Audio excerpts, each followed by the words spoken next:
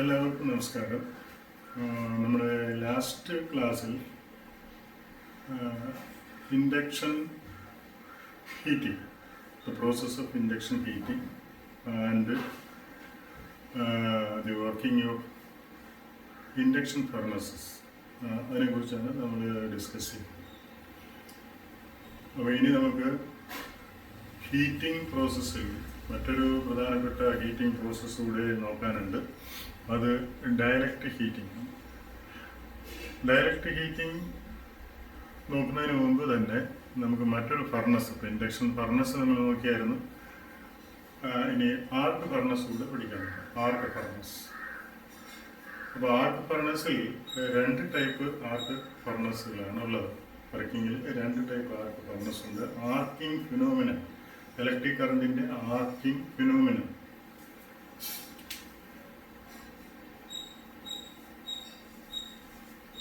Arching phenomena utilise ചെയ്തുകൊണ്ടാണ് arc ഫർണസുകൾ work ചെയ്യുന്നത്. എന്താണ് ആർക്കിംഗ് ഫിനോമിന എന്ന് നോക്കാം. അതിന് മുമ്പ് രണ്ട് ടൈപ്പ് ആർക്ക് ഫർണസുകളാണുള്ളത്. ഒന്ന് ഡയറക്റ്റ് ആർക്ക് ഫർണസും മറ്റൊന്ന് ഇൻഡയറക്റ്റ് ആർക്ക് ഫർണസ്. അപ്പോൾ ക്വസ്റ്റ്യനിൽ ഇത് എടുത്ത് തന്നെ ചോദിച്ചിട്ടുണ്ട്. ചില ക്വസ്റ്റ്യനിൽ ഇൻഡയറക്റ്റ് ആർക്ക് ഫർണസിൻ്റെ ചിത്രം വരച്ച് പ്രവർത്തനം വിശദമാക്കുക എന്നും ചോദിച്ചിട്ടുണ്ട്. ഡയറക്റ്റ് ആർക്ക് ഫർണസിൻ്റെ ചിത്രം വരച്ച് അതിൻ്റെ പ്രവർത്തനം വിശദമാക്കുക എന്നും ചോദിച്ചിട്ടുണ്ട്. ഇപ്പോൾ ഏതെങ്കിലും ഒരു ആർക്ക് ഫർണസിനെ കുറിച്ച് വിശദീകരിക്കാൻ പറഞ്ഞു കഴിഞ്ഞാൽ ഇൻഡയറക്റ്റ് ആർക്ക് ഫർണസും ഡയറക്റ്റ് ആർക്ക് ഫർണസ് ആയിരിക്കാം കുറേ കൂടെ ബെറ്റർ. ഏറ്റവും കൂടുതൽ ആപ്ലിക്കേഷൻ ഉള്ളതും ഏറ്റവും കൂടുതൽ ആർക്കിംഗ് ഫിനോമിന യൂട്ടിലൈസ് ചെയ്തുകൊണ്ട് എഫക്റ്റീവായിട്ട് എഫിഷ്യൻ്റായിട്ടും വർക്ക് ചെയ്യുന്നതുമായിട്ടുള്ളൊരു ഫർണസാണ് ആർക്ക് ഫർണസ്. ഇനി എന്താണ് ആർക്കിംഗ് ഫിനോമിന എന്ന് നോക്കാം. അതായത് രണ്ട് ഇലക്ട്രോഡുകൾ, സപ്പോസ് ഇത് ഒരു ഇലക്ട്രോഡ്, ഇത് മറ്റൊരു ഇലക്ട്രോഡ്. ഇങ്ങനെ രണ്ട് electrode, positive electrode, negative electrode. ഈ രണ്ട് ഇലക്ട്രോഡുകൾക്ക് ഇടയ്ക്ക് നമ്മൾ ഏൽപ്പിച്ചിരിക്കുന്ന വോൾട്ടേജ്, രണ്ട് ഇലക്ട്രോഡുകൾക്കിടയ്ക്ക് നമ്മൾ ഏൽപ്പിച്ചിരിക്കുന്ന വോൾട്ടേജും ഈ ഇലക്ട്രോഡുകളുടെ ഇടയ്ക്കുള്ള ഗ്യാപ്പ്, ഈ ഗ്യാപ്പ് തമ്മിലുള്ള ഒരു റിലേഷൻഷിപ്പ് വെച്ചുകൊണ്ടാണ് ആർക്കിംഗ് ഫിനോമിന ഉണ്ടാകുന്നത്. ഇപ്പോൾ ഒരു പർട്ടിക്കുലർ ഗ്യാപ്പ്, ഇപ്പോൾ ഒരു സെൻറ്റിമീറ്റർ ഗ്യാപ്പ്, ആ ഗ്യാപ്പിലാണ് രണ്ട് ഇലക്ട്രോഡുകൾ എക്സിസ്റ്റ് ചെയ്യുന്നത്. അപ്പോൾ 1 സെൻറ്റിമീറ്റർ എന്ന് പറയുന്നത് അതിനിടയ്ക്കുള്ള ഗ്യാപ്പിൽ എയറാണ്. എന്നിട്ട് ആ രണ്ട് ഇലക്ട്രോഡുകൾക്കിടയ്ക്ക് നമ്മൾ ഏൽപ്പിച്ചിരിക്കുന്ന വോൾട്ടേജ് ഒരു 10 kVയോ 10,000 വോൾട്ടോ അല്ലെങ്കിൽ അതിൽ കൂടുതലോ മാഗ്നിറ്റ്യൂഡിലൊരു ഹൈ വോൾട്ടേജ് ഈ ഇലക്ട്രോഡുകൾക്കിടയ്ക്ക് അല്ലെങ്കിൽ ഈ ഇലക്ട്രോഡുകളിൽ നമ്മൾ അപ്ലൈ ചെയ്യുമ്പോൾ, അങ്ങനെ ഒരു ഹൈ വോൾട്ടേജ് അപ്ലൈ ചെയ്യുമ്പോൾ ഇലക്ട്രോഡുകൾക്കിടയ്ക്കുള്ള എയർ ഒരു പരിധി വരെ അതിൻ്റെ ഡയലക്ട്രിക് സ്ട്രെങ്ത് നഷ്ടമാകും. അപ്പോൾ അതൊരു പാർഷ്യൽ കണ്ടക്ടറായിട്ട് ആക്ട് ചെയ്യും. ശരിക്കും ഒരു നമ്മൾ ഏൽപ്പിച്ചിരിക്കുന്ന ഈ വോൾട്ടേജിൻ്റെ മാഗ്നിറ്റ്യൂഡ് വെച്ചുകൊണ്ട് ഈ ഗ്യാപ്പിലുള്ള എയറിൻ്റെ ഡയലക്ട്രിക് സ്ട്രെങ്ത് പാർഷ്യലായിട്ട് നഷ്ടപ്പെടുകയും അതൊരു പാർഷ്യൽ കണ്ടക്ടറായി ആക്ട് ചെയ്യുകയും ചെയ്യും. എന്ന് പറഞ്ഞു കഴിഞ്ഞാൽ ഈ വോൾട്ടേജിൻ്റെ പ്രസൻസ് മൂലം ഈ എയറിന് സംഭവിക്കുന്ന ഇലക്ട്രോസ്റ്റാറ്റിക് സ്ട്രെസ്സാണ് അതിൻ്റെ ആ ഒരു ഇൻസുലേറ്റിംഗ് പ്രോപ്പർട്ടിയെ ഭാഗികമായിട്ടില്ലാതാക്കുന്നത്. ഇപ്പോൾ എയറിന് ഇൻഹറൻ്റ് ആയിട്ടുള്ള ഇൻസുലേറ്റിംഗ് പ്രോപ്പർട്ടി അത് നിലനിൽക്കണമെന്നുണ്ടെങ്കിൽ അതിന് പെർമിറ്റ് ചെയ്തിരിക്കുന്ന ഒരു വോൾട്ടേജ് മാത്രമേ ഈ രണ്ട് ഇലക്ട്രോഡുകൾ വഹിക്കാവൂ. അപ്പോൾ ആ ഇലക്ട്രോഡിൽ നമ്മൾ അപ്ലൈ ചെയ്തിരിക്കുന്ന വോൾട്ടേജ് അതിൻ്റെ ഡയലക്ട്രിക് സ്ട്രെങ്തിൽ ഇൻറ്ററപ്റ്റ് ചെയ്യാത്ത ലെവലിന് താഴെയുള്ള വോൾട്ടേജ് ആണെങ്കിൽ പ്രശ്നമൊന്നുമില്ല. നമ്മൾ മനഃപൂർവ്വം ആ ഡയലക്ട്രിക് സ്ട്രെങ്ത് ബ്രേക്കാകാൻ ചാൻസ് ഉള്ള വോൾട്ടേജിന് മുകളിലോട്ടുള്ളൊരു ഹയർ വോൾട്ടേജാണ് അപ്ലൈ ചെയ്യുന്നത് മനഃപൂർവ്വം. അങ്ങനെ ഒരു ഹയർ വോൾട്ടേജ് അപ്ലൈ ചെയ്യുമ്പോൾ the gap is acting as a partial conductor and the air gap here is under electrostatic stress and it has to destroy its dielectric strength a little, thereby sparking occur. Sparking ഉണ്ടാകുന്നത്. അപ്പോൾ ഈ വോൾട്ടേജിൻ്റെ അളവ് വളരെ കൂടിയിരിക്കുകയും ഈ ഗ്യാപ്പിലുള്ള air ഒരു പരിധിവരെ കണ്ടക്ടറായിട്ട് act ചെയ്യുകയും ചെയ്യുമ്പോൾ സ്പാർക്കിംഗ് വരും. ഈ സ്പാർക്കിംഗ്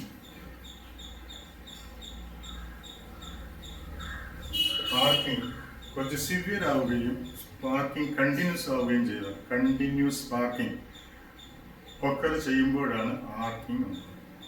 കണ്ടിന്യൂസ് സ്പാർക്കിംഗ് ആണ് ആർക്കിങ്ങിന് കാരണമാകുന്നത്. അപ്പം അങ്ങനെയുള്ള ആർക്കിങ്ങിൽ ശരിക്കും ഒരു വളരെ ഉയർന്ന ടെമ്പറേച്ചർ അറ്റൈൻ ചെയ്യാനുള്ള ചാൻസ് ഉണ്ട്.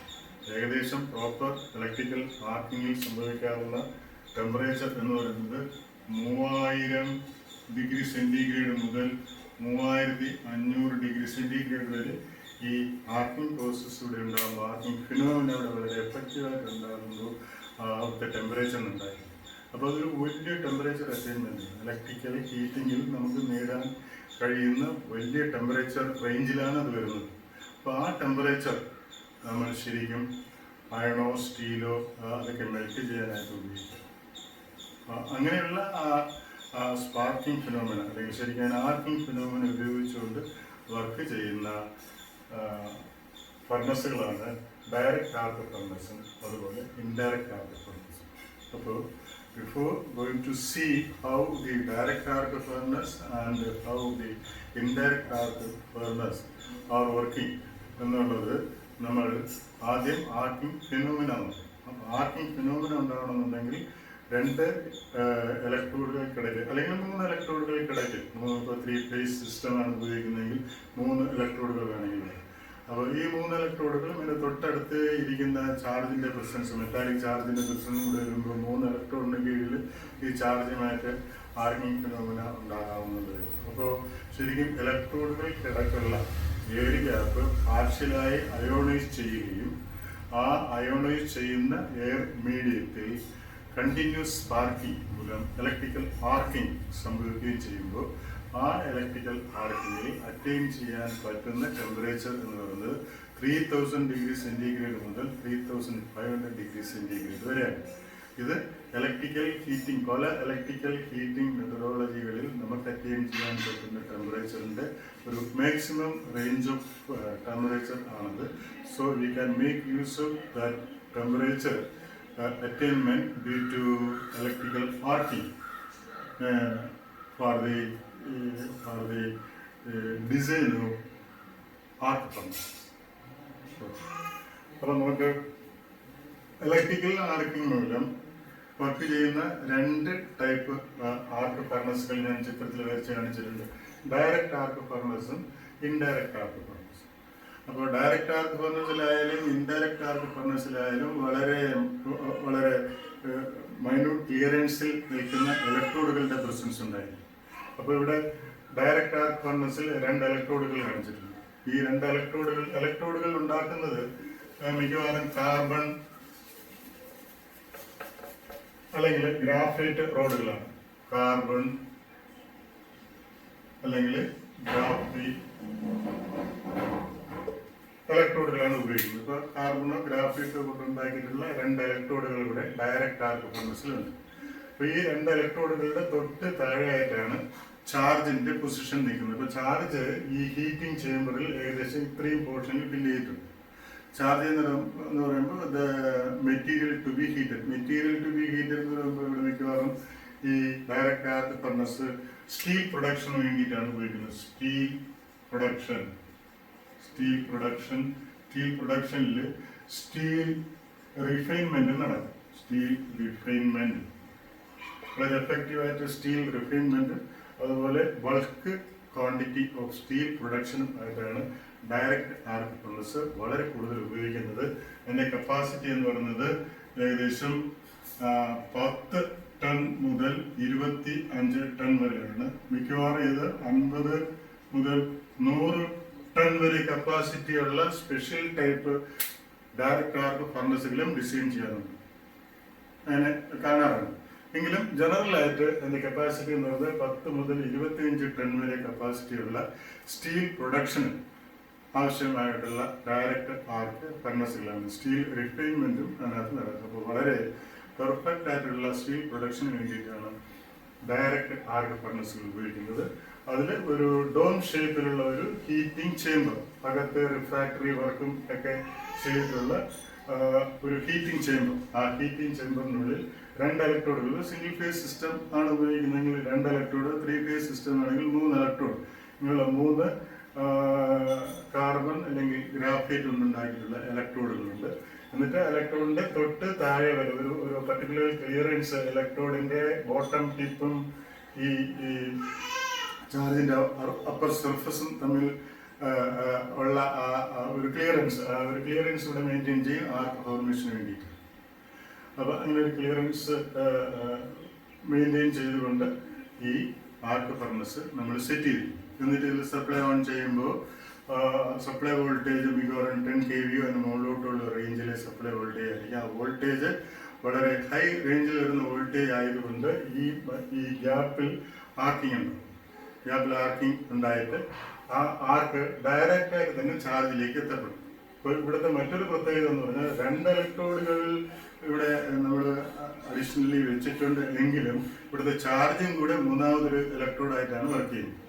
ചാർജും കൂടെ മറ്റൊരു ഇലക്ട്രോഡായിട്ട് വർക്ക് ചെയ്യുകയും ആർക്ക് ഫോർമേഷൻ മൂലം ഉണ്ടാകുന്ന ടെമ്പറേച്ചർ ഡയറക്റ്റ് ആയിട്ട് ഈ ചാർജിലേക്ക് എത്തിപ്പെടുകയും ചെയ്യും.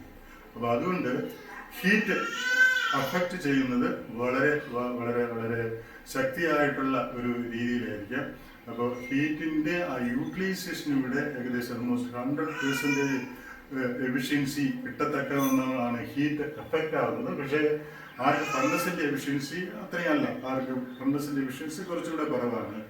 പിന്നെ ഈ ഒരു സിസ്റ്റം AC സിസ്റ്റത്തിലാണ് വർക്ക് ചെയ്യുന്നതെങ്കിൽ ഇതിൻ്റെ പവർ ഫാക്ടർ ഏകദേശം 0.8 വരെ കിട്ടും. ഒരു ആർക്ക് ഫർണസുകളുടെ പവർ ഫാക്ടർ 0.8 ഒക്കെ കിട്ടുക എന്ന് പറഞ്ഞു കഴിഞ്ഞാൽ വളരെ വളരെ നല്ല കാര്യമാണ്. അത് ഇൻഡക്ഷൻ ഫർണസുകളിൽ ഇത്രയും 0.8 വരെ ആ റേഞ്ചിലുള്ള പവർ ഫാക്ടർ പലപ്പോഴും കിട്ടാറില്ല.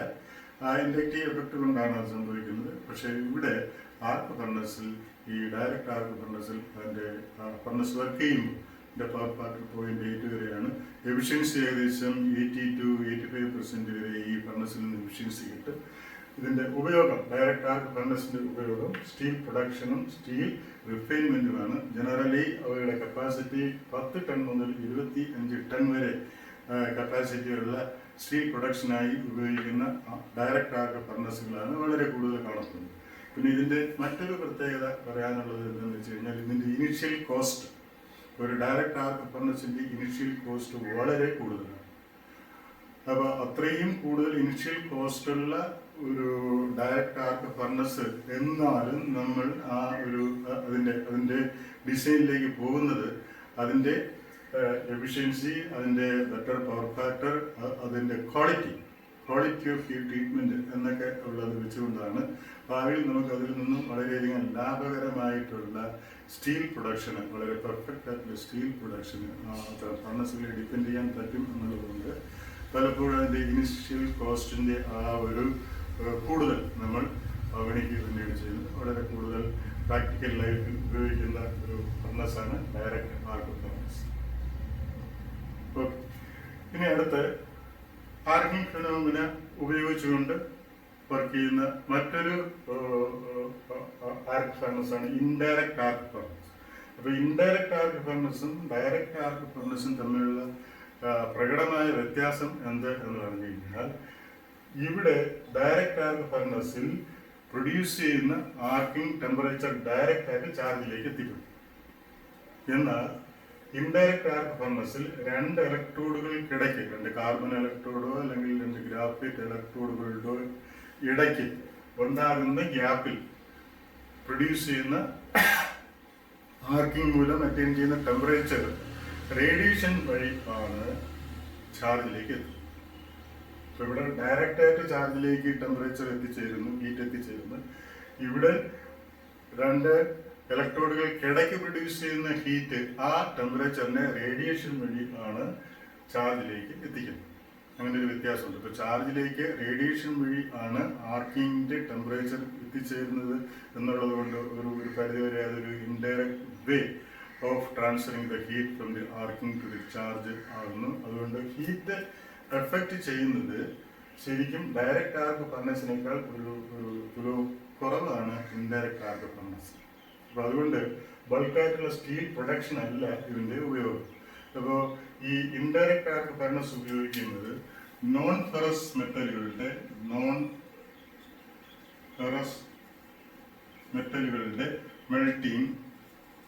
Melting of non ferrous metals, അതുപോലെ അയൺ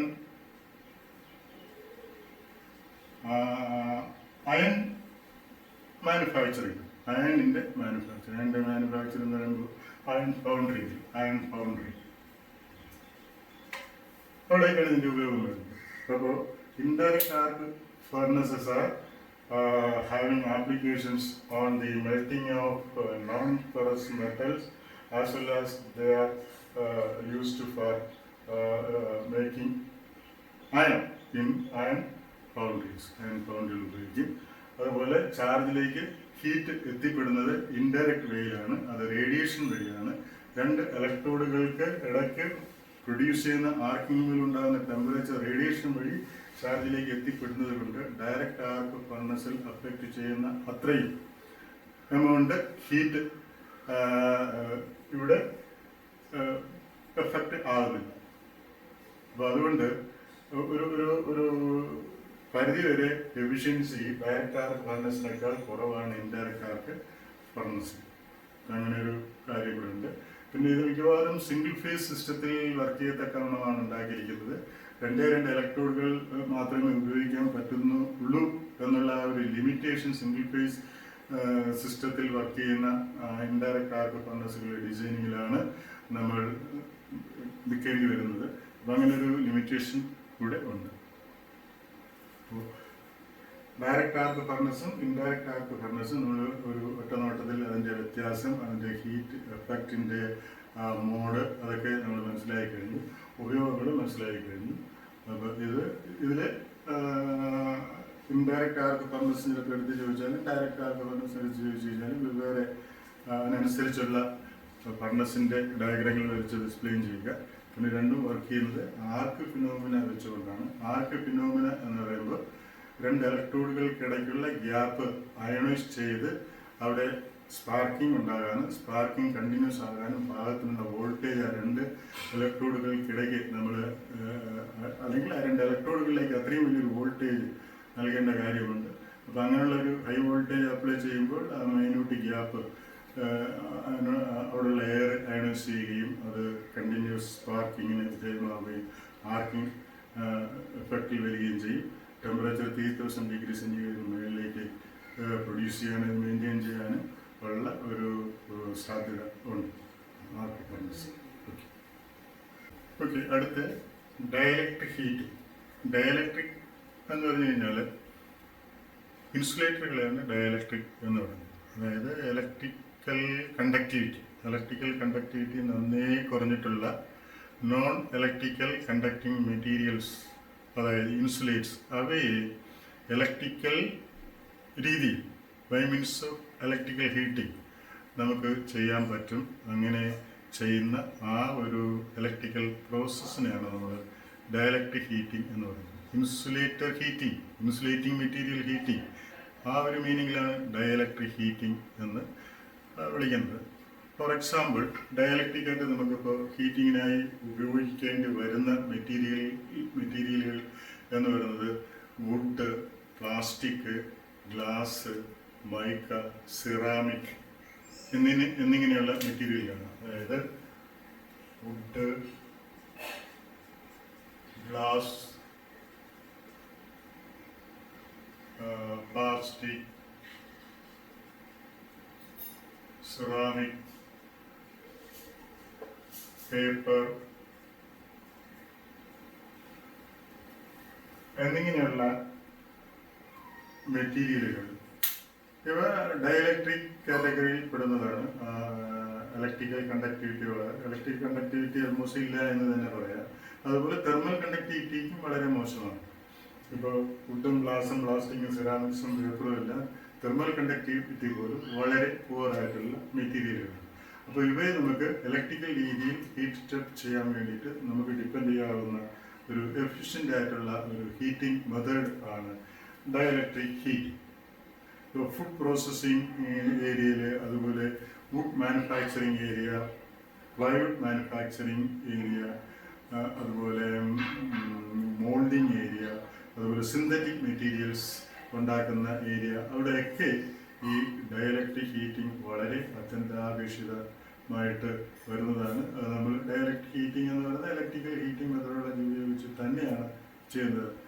മാത്രമല്ല, ഇപ്പോൾ മനുഷ്യൻ്റെ ഈ ചില അസ്ഥി സംബന്ധമായിട്ടുള്ള അസുഖങ്ങൾക്ക് വേണ്ടിയിട്ട് ചൂടുപിടിക്കൽ പ്രക്രിയ എന്നുള്ള രീതിയിൽ കൈമുട്ട്, കാൽമുട്ട്, ഇടുപ്പ് അത്തരം ഭാഗങ്ങളിൽ ചൂടുപിടിപ്പിക്കൽ പ്രക്രിയ ചെയ്യുന്ന, നമ്മളിപ്പോൾ ഈ നാടൻ അനത്തുന്നു എന്നൊക്കെ പറഞ്ഞ് കിഴികെട്ടി അനത്തുന്ന ആ ഒരു രീതി ശരിക്കും മോഡേൺ മെഡിസിനിൽ അത് ചെയ്യുന്നുണ്ട്. അതിന് ഡയാതെർമി എന്നാണ് പറയുന്നത്. അതിനും ഈ ഡയലക്ട്രിക് ഹീറ്റിംഗ് മെത്തേഡ് അതിനൊരു ആപ്ലിക്കേഷനാണ് ഡയാതെർമി. അപ്പോൾ wood, glass, plastic, ceramics, paper എന്നിവയൊക്കെ ഹീറ്റ് ചെയ്യുന്ന wood processing unit, food processing unit, അതുപോലെ tobacco processing unit, cigarette making, അതുപോലെ ബിസ്ക്കറ്റ് മാനുഫാക്ചറിങ് യൂണിറ്റ് എന്നിവിടങ്ങളിലെല്ലാം അവിടെയൊക്കെ ബേക്കിംഗ് എന്ന് പറയുന്ന പ്രോസസ്സ് ശരിക്കും ഡയലക്ട്രിക് ഹീറ്റിങ്ങിൻ്റെ മെത്തേഡിലാണ് ചെയ്യുന്നത്. അതുപോലെ സിഗരറ്റ് ഉണ്ടാക്കുന്ന സുക്ക ഉണക്കുന്നത്, ഡ്രൈയിങ് ഓഫ് ടൊബാക്കോ, അത് ബേക്കിംഗ് ഓഫ് ടൊബാക്കോ, അതൊക്കെ ചെയ്യുന്നത് ഡയലക്ട്രിക് ഹീറ്റിംഗ് മെത്തേഡിലാണ്. അതുപോലെ പ്ലൈവുഡ്, അതായത് വുഡിൻ്റെ പല പാളികൾ ചേർത്ത് അത് ഗ്ലൂ ഇട്ട്, പശയിട്ട് അതിനെ ഉണക്കുന്നത് ശരിക്കും ഡയലക്ട്രിക് ഹീറ്റിംഗ് മെത്തേഡിലാണ്. അതുപോലെ പെയിൻറ് ഉണക്കുന്നത്, കാറ് അങ്ങനെയൊക്കെയുള്ള അപ്ലയൻസസിലെല്ലാം പെയിൻറ് ഉണക്കാനായിട്ട് ഡയലക്ട്രിക് ഹീറ്റിംഗ് മെത്തേഡ് ഉപയോഗിക്കുന്നുണ്ട്. അപ്പോൾ വളരെ കൂടുതൽ ആവശ്യകത വേണ്ടി വരുന്ന ഒരു ഫീൽഡാണ് ഡയലക്ട്രിക് ഹീറ്റിംഗ്. അത് വളരെ എഫിഷ്യൻ്റായിട്ട് ഡയലക്ട്രിക് ഹീറ്റിംഗ് എന്നുള്ള രീതിയിൽ തന്നെ നമുക്കിത് ചെയ്യാൻ പറ്റും. ഡയലക്ട്രിക് ഹീറ്റ്, അപ്പോൾ ശരിക്കും ഡയലക്ട്രിക് ഹീറ്റിംഗ് എന്ന് പറഞ്ഞാൽ it is the process of heating non electrical materials having very low thermal conductivity. വളരെ കുറച്ച് തെർമൽ കണ്ടക്ടിവിറ്റി മാത്രമുള്ള നോൺ ഇലക്ട്രിക്കൽ കണ്ടക്ടേഴ്സ് എന്നറിയപ്പെടുന്ന wood, glass, plastic, ceramics, paper തുടങ്ങിയിട്ടുള്ള dielectric materials, insulating materials heat ചെയ്യാൻ വേണ്ടിയിട്ട് ഉപയോഗിക്കുന്നതാണ് ഡയലക്ട്രിക് ഹീറ്റ്. അപ്പോൾ ഇവിടെ അതിൻ്റെ ഒരു ചിത്രമാണ് കാണിച്ചിരിക്കുന്നത്. അപ്പോൾ ഇതിൽ രണ്ട് കണ്ടക്ടിങ് പ്ലേറ്റ്, ആ രണ്ട് കണ്ടക്ടിങ് പ്ലേറ്റുകൾക്കിടയ്ക്കാണ് നമ്മുടെ ചാർജ് വെച്ചിരിക്കുന്നത്. ചാർജ് എന്ന് പറയുമ്പോൾ ഒരു നോൺ ഇലക്ട്രിക്കൽ കണ്ടക്ടിങ് മെറ്റീരിയൽ ആയിരിക്കും. നോൺ ഇലക്ട്രിക്കൽ കണ്ടക്ടിങ് മെറ്റീരിയൽ പറയുമ്പോൾ ഒരു പക്ഷേ കുറച്ച് പ്ലാസ്റ്റിക് സ്ലാബ് ഇതിൻ്റെ ഇടയ്ക്ക് വെച്ചിരിക്കും, അല്ലെങ്കിൽ കുറച്ച് സിറാമിക് സ്ലാബ് വെച്ചിരിക്കുന്നു, അല്ലെങ്കിൽ കുറേ വുഡ് പീസസ് ഇതിൻ്റെ ഇടയ്ക്ക് വെച്ചിരിക്കുന്നു. അപ്പോൾ material to be heated, slab of material to be heated എന്ന് പറയുന്നത് ഈ ഭാഗത്ത് വെച്ചിരിക്കുന്നു. അതിന് മേലിലും താഴെയുമായിട്ട് രണ്ട് കണ്ടക്ടിങ് പ്ലേറ്റുകളെ ഇങ്ങനെ വെച്ചിട്ടുണ്ട്. അപ്പോൾ ഈ രണ്ട് കണ്ടക്ടിങ് പ്ലേറ്റുകളുടെ ഇടയ്ക്കായിട്ടാണ് ഈ ഡയലക്ട്രിക് മെറ്റീരിയൽ ഇരിക്കുന്നത്. എന്നിട്ട് ഈ രണ്ട് കണ്ടക്ടിങ് പ്ലേറ്റുകളെ ഒരു high voltage high frequency AC സപ്ലൈയിലോട്ട് കൊടുക്കും. High voltage high frequency. High voltage എന്ന് പറയുമ്പോൾ voltage range above 20 kV, voltage range above 20 kV. അതുപോലെ ഫ്രീക്വൻസി 30 മെഗാഹെർട്സും അതിന് മേളിൽ ഉള്ള റേഞ്ചിലുള്ള ഫ്രീക്വൻസിയിൽ ഈ ഹൈ വോൾട്ടേജ് AC വോൾട്ടേജ് ആണ് ഇവിടെ അപ്ലൈ ചെയ്യുമ്പോൾ സഫിഷ്യൻറ്റ് എമൗണ്ട് ഓഫ് ഹീറ്റ് ഈ സ്ലാബ് ഓഫ് മെറ്റീരിയൽ ആ ഡയലക്ട്രിക്കിൽ ഉണ്ടാകും. അത് ഉണ്ടാകുന്നത് അത് ശരിക്കും ഡയലക്ട്രിക് ലോസ് ആയിട്ടാണ് സംഭവിക്കുന്നത്. Dielectric loss. അപ്പോൾ രണ്ട് കണ്ടക്ടിങ് സർഫസിനിടയ്ക്ക് വെച്ചിരിക്കുന്ന ഇൻസുലേറ്റിംഗ് മെറ്റീരിയൽ ആ രണ്ട് കണ്ടക്ടിങ് സർഫസിന് അക്രോസ് ആയിട്ട് ഒരു high frequency high voltage AC supply apply ചെയ്യുമ്പോൾ ആ രണ്ട് കണ്ടക്ടിങ് പ്ലേറ്റിന് ഇടയ്ക്കിരിക്കുന്ന ഡയലക്ട്രിക് മെറ്റീരിയലിൽ സംഭവിക്കുന്ന ഒരു large amount of dielectric loss, ആ ഡയലക്ട്രിക് ലോസ് ഹീറ്റിൻ്റെ രൂപത്തിലാണ് സംഭവിക്കുന്നത്. അങ്ങനെയാണ് ഹീറ്റ് ആകുന്നത്. Okay. when the dielectric material is placed in between the two conducting surfaces, and the two conducting surfaces are impressed with a high voltage AC supply with a high frequency, then severe amount of dielectric loss occur in the dielectric material which is placed between the two conducting surfaces. The dielectric loss happened in the dielectric material is in the form of heat. Dielectric loss ഹീറ്റിൻ്റെ രൂപത്തിലാണ് വരുന്നത്. അതനുസരിച്ച് heat formation ഇതാണ് dielectric heating. ഇപ്പോൾ dielectric ഹീറ്റിങ്ങിന് നമുക്ക് normal voltage പോലെ high voltage തന്നെ വേണം, AC voltage ആയിരിക്കണം. ഒരു 20 kVക്ക് മേളിലായാലും 20,000 വോൾട്ടേജിന് മേളിലോട്ടുള്ളതാണ് പ്രാക്ടിക്കൽ യൂസേജിലേക്ക് നമ്മൾ ഡിപ്പെൻഡ് ചെയ്യുന്നത്. അതുപോലെ ഫ്രീക്വൻസി, ഇപ്പോൾ ഡയലക്ട്രിക് ലോസ് ഡിപ്പെൻഡ് ചെയ്യുന്നത് ഫ്രീക്വൻസിയും വോൾട്ടേജിനെയാണ് പ്രധാനമായിട്ടും ഡിപ്പെൻഡ് ചെയ്യുന്നത്. ഈ ചാർജിൻ്റെ അല്ല, ഡയലക്ട്രിക് ഹീറ്റിംഗ് മെത്തേഡിനായിട്ട് നമ്മൾ ഉപയോഗിക്കുന്ന AC സപ്ലൈ സിസ്റ്റത്തിൻ്റെ ഫ്രീക്വൻസിയെയും വോൾട്ടേജിൻ്റെ മാഗ്നിറ്റ്യൂഡിനെയും പ്രൈമറിലി ഈ ഡയലക്ട്രിക് ലോസ് ഡിപ്പെൻഡ് ചെയ്യുന്നത് കൊണ്ട് ഹൈ വോൾട്ടേജ് അതുപോലെ ഹൈ ഫ്രീക്വൻസി AC സപ്ലൈ തന്നെയാണ് ഉപയോഗിക്കുന്നത്. അപ്പോൾ ഇതിൻ്റെ ആപ്ലിക്കേഷൻ ഞാൻ നേരത്തെ പറഞ്ഞിട്ടുണ്ട്. ഇപ്പോൾ ഒന്നുകൂടെ ഡയലക്ട്രിക് ഹീറ്റിങ്ങിൻ്റെ ആപ്ലിക്കേഷൻ പറയാം.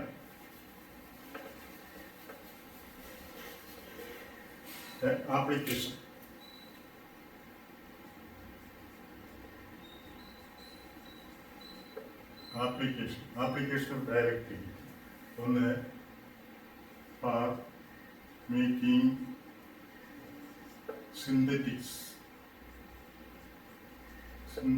materials. രണ്ട്, preheating of molds. മൂന്ന്, baking. നാല്, in wood industries. അഞ്ച്, in food processing plants. ആറ്, ഡയാതെർമി. ഏഴ്, ഇലക്ട്രോണിക്സ്.